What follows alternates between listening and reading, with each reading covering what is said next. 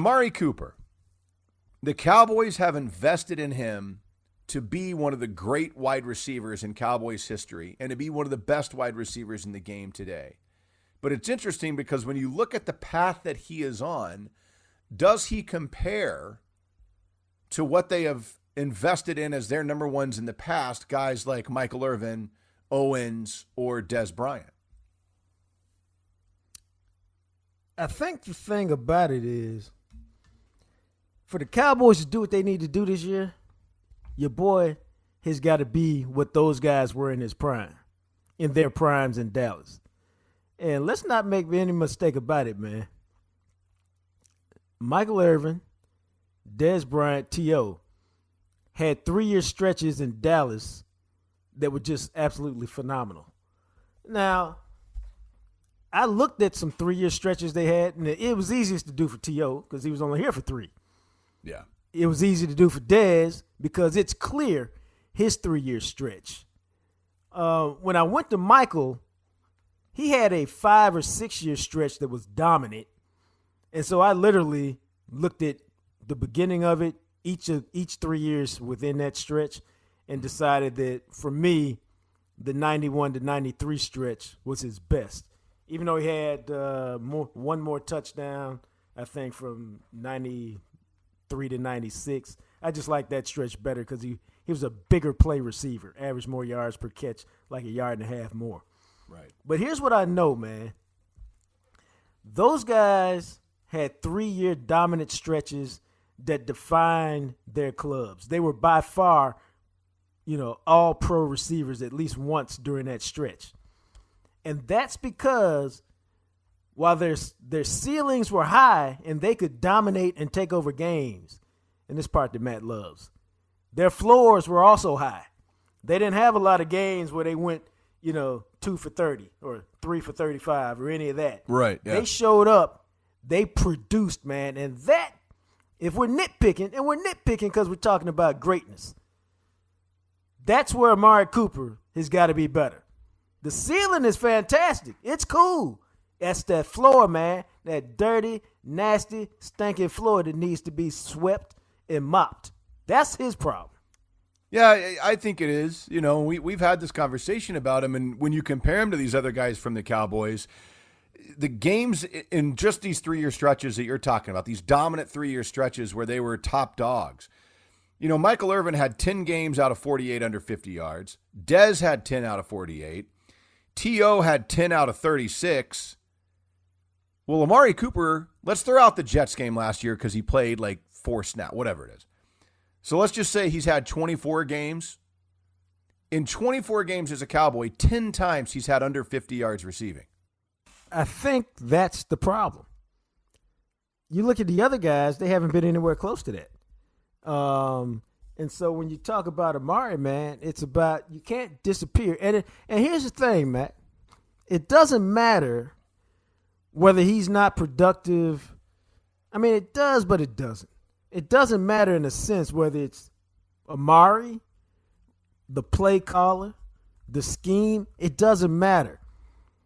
When I'm paying you $20 million a year, I need the play caller, the coach who's orchestrating the scheme, and the player to all figure out how to get it done, or none of us, is making it happen. We're all screwing it up. Right.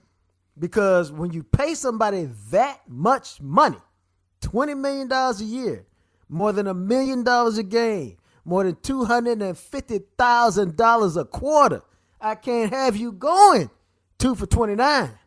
Can't happen, dog. No.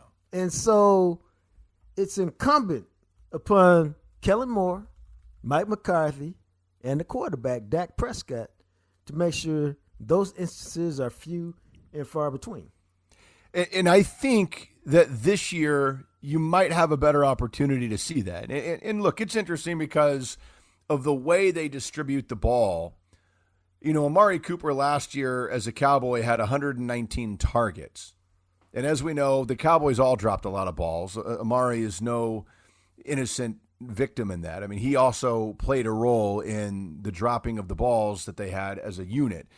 But 119 targets, in Oakland, the year where he had 1153, as yardage, he had 132 targets. And so I think it's interesting when you look at some of the numbers that guys like T.O. or Dez or Michael Irvin are putting up, and you look at the way that they really focused on, okay, I know if I'm in this situation and nobody else is open, I'm going to give it to Dez because he's going to make a play on the ball. I mean, Dez in the dominant years that he had, 138, 159, 136 as far as targets go. He was the guy, him and Whitney. Right.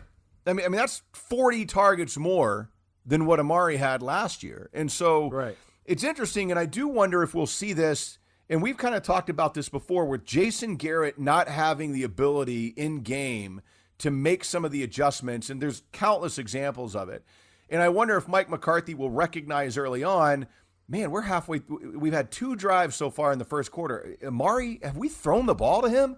And going down to Kellen, like, dude, throw the ball to Amari. Let's get him some targets here. Let's get the ball in his hands. Well, I think it'll go a step further than that, Matt.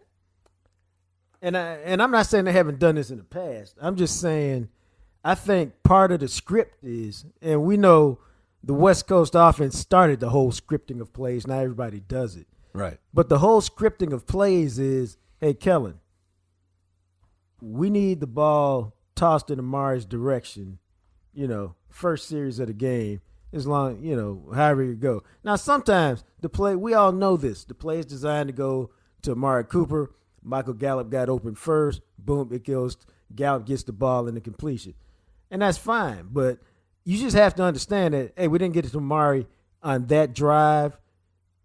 Let's get him something where he's the primary guy and the ball will come to him. Let's run a slant to Amari. Start the second drive. Just to get him involved, man.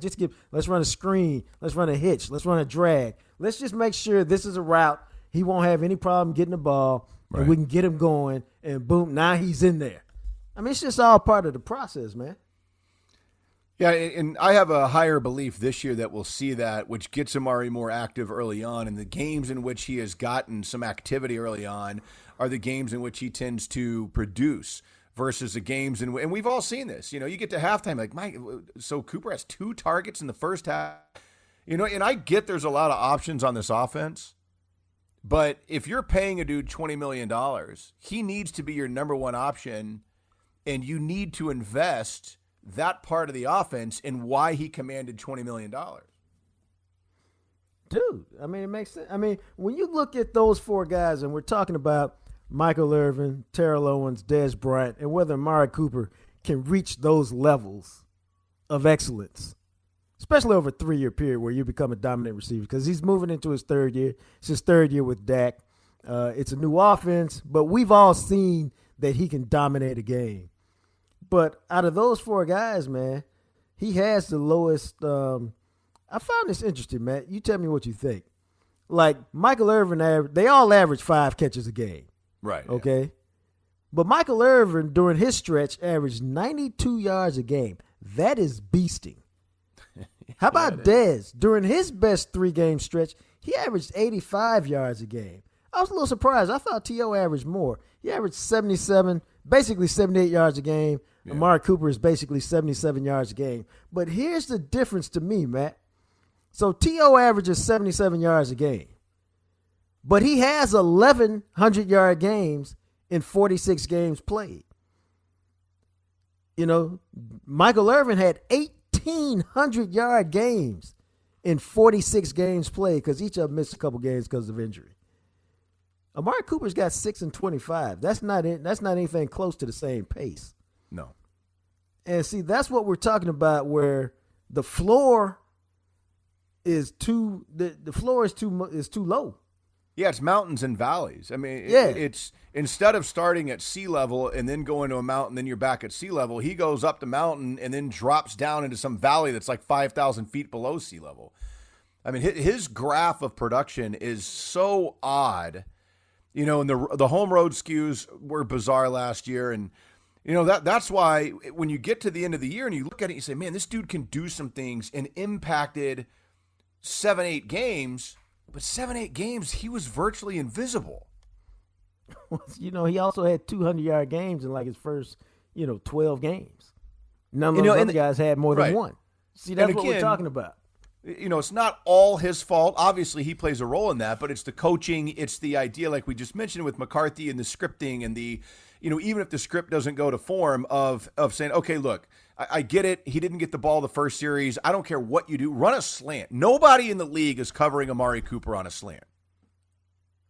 Run a slant. Get the ball in his hands.